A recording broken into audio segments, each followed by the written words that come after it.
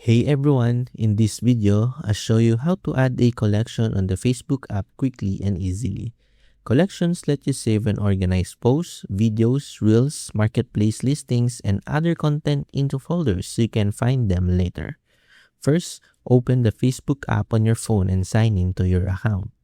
Next, find a post, video, reel, or listing that you want to save.